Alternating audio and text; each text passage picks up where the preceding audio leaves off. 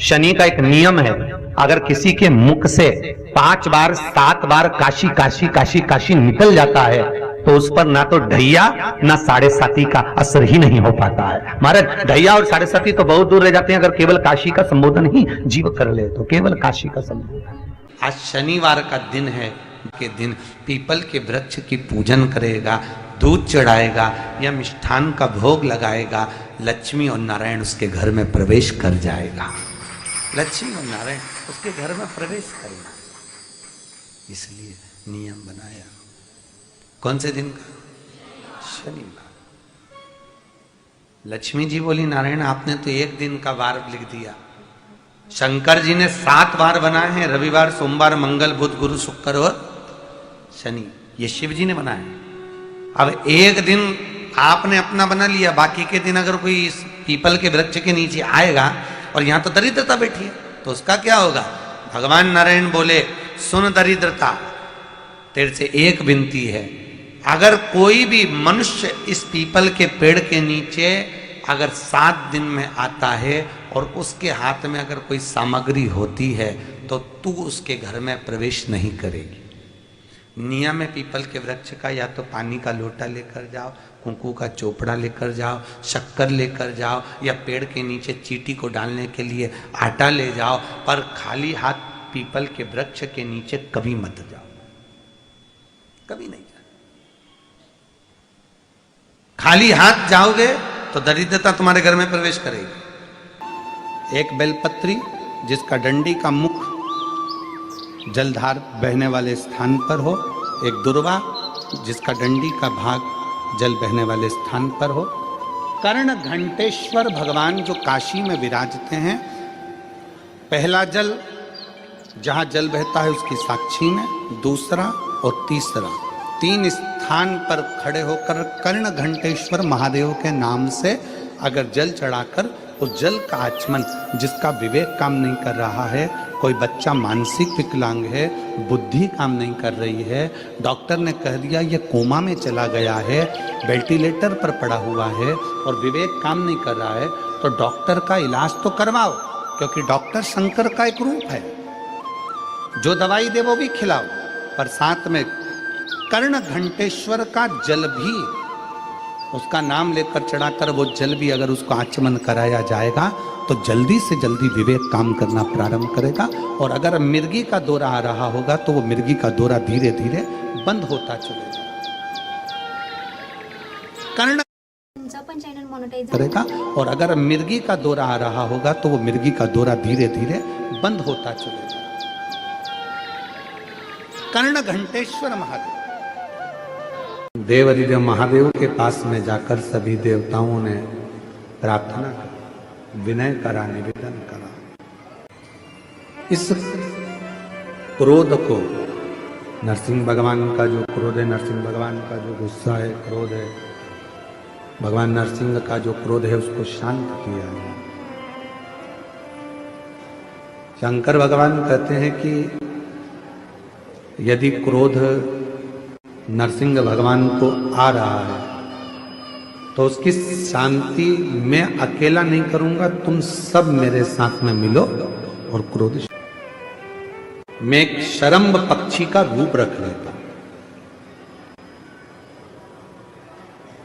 शरम्भ पक्षी मतलब मनुष्य जैसा शरीर है, शेर जैसा मुख है और पंख लगे हैं, वो शरम्भ पक्षी।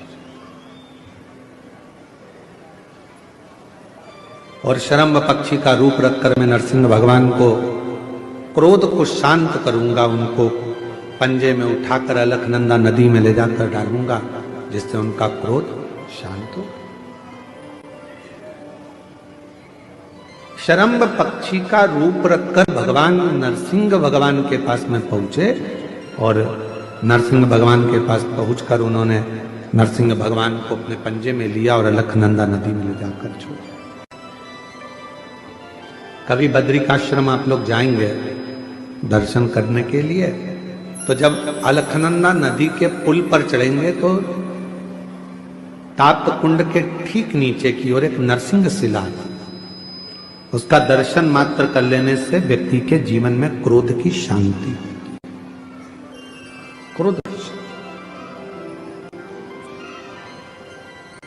शरम्भ भगवान शिव जी का जो ये नाम है शरम्भेश्वर महादेव, ये कोई साधारण सा नाम नहीं।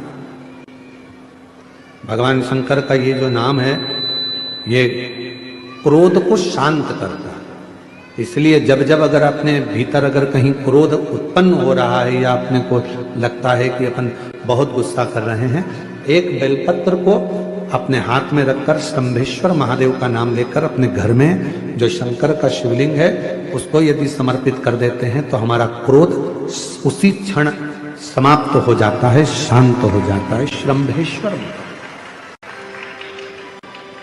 ये क्रोध की शांति के लिए शंभेश्वर की रज में जाना तो ब्रज की रज को उठा कर नहीं लाना, गोवर्धन नाथ जी की परिक्रमा करने जाना तो गोवर्धन नाथ जी के शिलाखंड को मेरे गिरिराज बाबा को लेकर मत आना। आप किसी तीर्थ में घूमने के लिए जाना तो वहां की रज को लेकर मत आना। ना जाने उस रज में, उस जल में ना जाने कितने जीव होंगे जो तप कर रहे होंगे, साधना कर रहे होंगे और भगवान से प्रार्थना कर रहे होंगे कि आपके चरण की रज मिलेगी। कोई संत के चरण की रज, कोई सतगुरु के चरण की रज, कोई जीव के चरण की रज मिलेगी और कल्याण हो जाएगा। हाँ, अगर काशी में भी तुम्हें गंगा जल लाना है तो काशी के गंगा जल को लाने से पहले शंकर जी को समर्पित कर कर एक लोटा जल शिव को चढ़ा दो पहले, फिर वहीं से भरकर मेरे बाबा से आज्ञा लेकर उस काशी के जल को लेकर आ जाओ कि बाबा अब गंगा जी का जल नहीं, मुझे आपका चढ़ा हुआ मस्तक का जल लेकर जा रही हूं जो संपूर्ण जीवों का कल्याण करने वाला है। जिस काशी का केवल नाम उच्चारण ही हमारे जीव की कल्याण कर देता है। 5 बार काशी काशी बोला, जीव का उद्धार हो गया।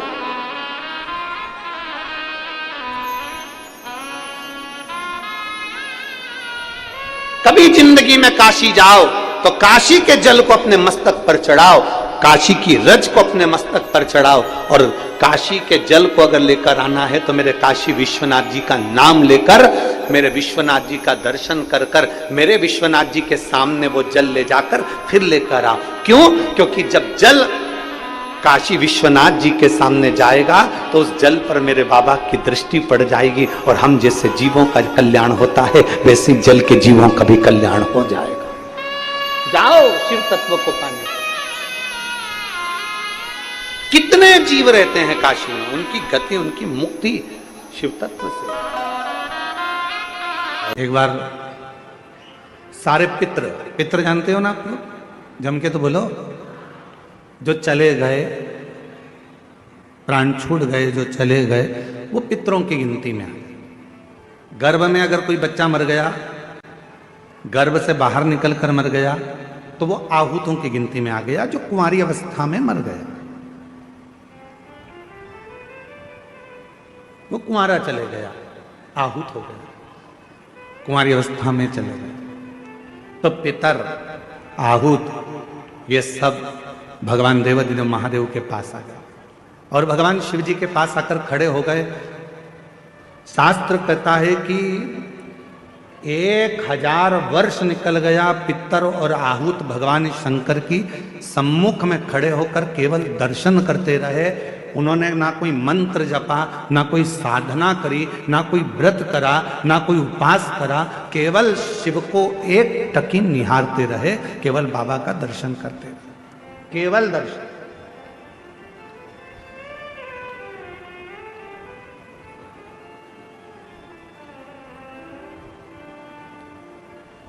कितना फल है दर्शन का, जरा देखिएगा। 1000 वर्ष तक पितर, आहूत, ये सब शिव जी का दर्शन कर रहे हैं। 1000 वर्ष बोले कुछ नहीं है, ना मंत्र बोला, ना तप करा, ना साधना करी, केवल भगवान का दर्शन किया, खड़े रहे बस भगवान के इंतजार में। भगवान के नेत्र खुलेंगे, बाबा हमको देखेंगे, देखेंगे तब हमें वर देंगे। शिव जी 1000 वर्ष की समाधि में लीन थे और बाबा देवाधिदेव महादेव जब 1000 वर्ष की समाधि में लीन थे, नेत्र खुले नहीं थे। आज बाबा ने 1000 वर्ष की समाधि से अपने नेत्र को खोला और 1000 वर्ष के समाधि पर जैसे ही बाबा के नेत्र खुले तो सबसे पहले पितर और आहूत पर भगवान की दृष्टि गई, भोलेनाथ जी का निगाह गया। बाबा ने देखा, शिव जी ने पितरों को बुलाया, आहूतों को बुलाया और बुलाकर पूछा, क्यों भाई क्या बात है, तुम यहां खड़े हो, क्या बात है? बस देव अधिदेव महादेव बाबा पूछने ही वाले थे, इतनी देर में नंदी दौड़कर आ गया। और नंदी दौड़कर आया और आते से ही भगवान भोलेनाथ जी से बोला, प्रभु आपने तो इनको अब देखा है, जितने समय से आप तप कर रहे हो उतने समय से ये बाहर खड़े होकर आपका दर्शन कर रहे हैं, इंतजार कर रहे हैं। नेत्र खुलेंगे बाबा हमें वर देंगे, नेत्र खुलेंगे बाबा हमें वर देंगे। 1000 वर्ष इन पितरों को हो गया, 1000 वर्ष इन आहूतों को हो गया, आपका दर्शन कर रहे हैं प्रभु, आप इन्हें वर दे दीजिए। शिव जी ने पितरों से पूछा, तुम क्या चाहते हो, तुम्हें चाहिए क्या? आहूतों से पूछा, तुम्हें क्या चाहिए? तुम बोलो। पितर और आहूत दोनों एक ही बात बोले, प्रभु संसार के लोग श्राद्ध पक्ष में हमको जल देंगे। संसार के लोग जब श्राद्ध आएगा, 16 श्राद्ध 16 दिन के आएंगे, तब ब्राह्मण को भोजन कराएंगे, पिंडदान करेंगे, तर्पण करेंगे, श्राद्ध करेंगे, तर्पण में जल देंगे, तब हमको जल प्राप्त होगा, तब हमको भोजन प्राप्त होगा, तब तक हम भूखे रहेंगे। इसलिए प्रभु एक कृपा कर दो कि ऐसी कोई व्यवस्था कर दो कि घर के लोग, परिवार के लोग, कुटुंब के लोग, कोई भी प्रतिदिन या हफ्ते में एक बार कैसे भी उनके माध्यम से हमें जल प्राप्त हो जाए और हम तृप्त हो जाएं। भगवान देवाधिदेव महादेव ने वर दे दिया पितरों को, आहूतों को। क्यों चिंता करते हो? जब संसार का मनुष्य मेरे शिवलिंग पर जल चढ़ाएगा, वो जल बहकर जब नीचे की ओर आएगा और अशोक सुंदरी से स्पर्श कर कर आगे बढ़ेगा, उसी समय पर आपको वो जल प्राप्त हो जाएगा और सारे पितर और आहूत तृप्त होते चले जाएंगे। वो जल आपको वहां प्राप्त होगा। अब कई लोग कहते हैं गुरुजी हमारे यहां पितृदोष हो गए, कोई कहते हैं गुरुजी हमारे यहाँ आहूत दोष हो गया, पितृदोष हो गया, हमारे यहाँ ये दोष लग गया, हमारे यहाँ वो दोष लग गया। किसी ने बताया कि हमारे यहाँ कोई टोना कर गया, कोई ने बताया हमारे यहाँ कोई टोटका कर गया, कोई ने बताया हमारे यहाँ कोई ने विद्या कर दी, कोई ने कहा हमारे यहाँ ये हो गया। शिव महापुराण की उमा संहिता कहती है, जो भगवान शंकर को जल चढ़ाता है, जल चढ़ाते समय उसके जितने भी दोष हैं, चाहे पितृ दोष हो, चाहे आहूत दोष हो, चाहे वासुक दोष हो, चाहे कालसर्प दोष हो, जितने भी दोष होते हैं वो सारे दोष अपने आप समाप्त होते चले जाते हैं। और याद रखना, जो भगवान शंकर पर चढ़ा हुआ जल थोड़ा सा झेल कर लेकर आता है और अपने घर के दरवाजे पर छींटता है, दुनिया में किसी की सामर्थ्यता नहीं है कि कोई तुम्हारे ऊपर टोना कर दे या तुम्हारे को तकलीफ दे। किसी की सामर्थ्यता नहीं। हम तो बाबा के भरोसे चलते हैं। आप एक लोटा जल शंकर भगवान को समर्पित करते हो, शिव उसको स्वीकार करते हैं। आप एक चम्मच में से भी आधी चम्मच यदि देसी गाय का, हमारी वेद लक्षणा देसी गाय का यदि दूध आधी चम्मच से भी आधी चम्मच यदि आप शिव को दे रहे हो, शिव स्वीकार कर रहे हैं। फिर आप केमिकल का दूध मत चढ़ाओ, थैली का दूध मत चढ़ाओ, ये इधर उधर से आया हुआ दूध भगवान को मत चढ़ाओ। आप तो देसी गाय का एक आधी चम्मच से भी आधी चम्मच दूध अगर शिव को दे रहे हो तो शिव स्वीकार करो। चप्पल बार बार टूट रही हो, कमर से नीचे जो वस्त्र पहने हो वो फट रहे हो, कहीं पजामा है, धोती है, आदि वस्त्र हैं, कपड़े हैं, वो अपने आप फट, आज के जमाने में तो फटे फटाए पहनते हैं लोग, फैशन। उसकी गारंटी नहीं है, उसका हम वर्णन नहीं कर रहा। हम जब पहनते हम समझ जाते हैं इसको शनि तो ऑलरेडी लगा ही हुआ। जब उनका घुटना घुटनी सब फटा हुआ दिखता है तो उसमें लग जाता है कि शनि पहले से लग गया बापड़ा, उनके पहने से तो मालूम पड़े। शनि का नियम है, शनि कथा कहती है, पांव की चप्पल बार बार टूट रही हो, घिस गई हो, बद्दी टूट रही हो, कुछ कर रही हो, और अगर कमर से नीचे जो वस्त्र पहने हो वो अपने आप फट रहे हो, समझ लेना कि शनि पांव से प्रवेश कर रहा, मतलब अपनी प्रखरता शनि दिखा रहा। किसी मंदिर में गए महाराज और वहां जाने पर चप्पल चली गई तो समझ लेना शनि की कुदृष्टि अब पड़ना बंद होना चालू हो। कोई भी ग्रह अनुकूल नहीं है, सब बेकार चल रहे हो, सब प्रतिकूल चल रहे हो, दूध के पात्र में दुर्वा डाल लो, पीपल के वृक्ष के नीचे चढ़ा कर आओ, राहु केतु शुक्र शनि जो भी गड़बड़ है सब सुधरना चालू हो जाता। दुर्वा का वो शनिवार तेरा है लो संभालो, बालाजी परिवार तेरा है, मंगलवार तेरा है, शनिवार तेरा है, लो संभालो, बालाजी परिवार तेरा है, मंगलवार तेरा है, शनिवार तेरा है, लो संभालो, बालाजी परिवार तेरा है। यदि आप भगवान शंकर के मंदिर में जाकर एक लोटा जल चढ़ा रहे हो, आप भगवान शिव के मंदिर में जाकर अर्चना कर रहे हो, आराधना कर रहे हो, निवेदन कर रहे हो, एक बेलपत्र शिव की उठाकर धोकर वापिस शंकर को समर्पित कर रहे हो, शंकर भगवान का पंचाक्षर मंत्र नमः शिवाय जप रहे हो, शंकर भगवान का षडाक्षर मंत्र ओम नमः शिवाय जप रहे हो, या श्री शिवाय नमस्तुभ्यम का जाप कर रहे हो, तो ये निश्चित मानकर रखो कि आपके पीछे शनि नहीं पड़ेगा, आपके पीछे शंकर जरूर पड़ेगा, और शंकर जब हमारे पीछे पड़ेगा तो हमारा उद्धार अपने आप। भगवान शंकर से निवेदन करने के लिए, हमारी ग्रह दशा सुधारने के लिए जल के पात्र में 2 अक्षत के दाने, अक्षत भी पूर्ण अक्षत, पूर्ण अक्षत, खंडित नहीं, पूर्ण अक्षत भगवान शंकर को समर्पित करते हैं।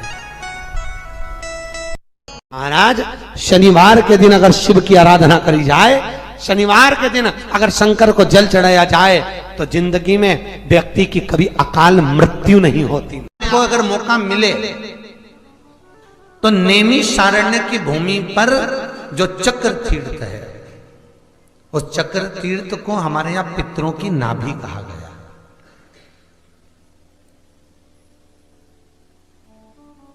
पूरी दुनिया में केवल एक ही जगह है जहां पर भगवान शंकर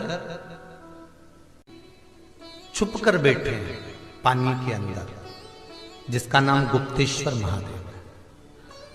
पूरी दुनिया में केवल एक ही जगह है, गुप्तेश्वर महादेव, जहां भगवान शंकर पानी में छुपकर बैठे हुए। और हम अगर कोई फल, कोई प्रसाद लेते हैं, कोई बेलपत्री फूल लेते हैं, और हम भगवान को जब वो बेलपत्र, जब वो फूल हम भगवान को देते हैं, तो हम भगवान को अर्पण करने के लिए जब पानी में छोड़ते हैं, बहते पानी में जब उसको छोड़ा जाता है, तो वो बेलपत्र, वो फूल, वो प्रसाद जमीन तलातल में जल के अंदर चला जाता है। फूल पत्ती वैसे पानी में तैरना चाहिए, परवाह नहीं तैरेगा, वो अंदर चले जाएगा, अर्पण किया। और यदि आपने कहा भगवान प्रसाद दे दीजिए, भोलेनाथ प्रसादम कर दीजिए, तो वही फूल पत्ती, वही प्रसाद वापिस पानी में से निकलकर बाहर आ जाता है, वही पानी। पूरी दुनिया में केवल एक ही जगह है, वो है नैमिषारण्य, गुप्तेश्वर महादेव, क्योंकि वहां पितरों की नाभि है। और पितरों की नाभि का जो भाग कहा गया है कि उस जगह पर जो हम देते हैं, उसका फल हमको तुरंत प्राप्त होता है, तुरंत। महाराज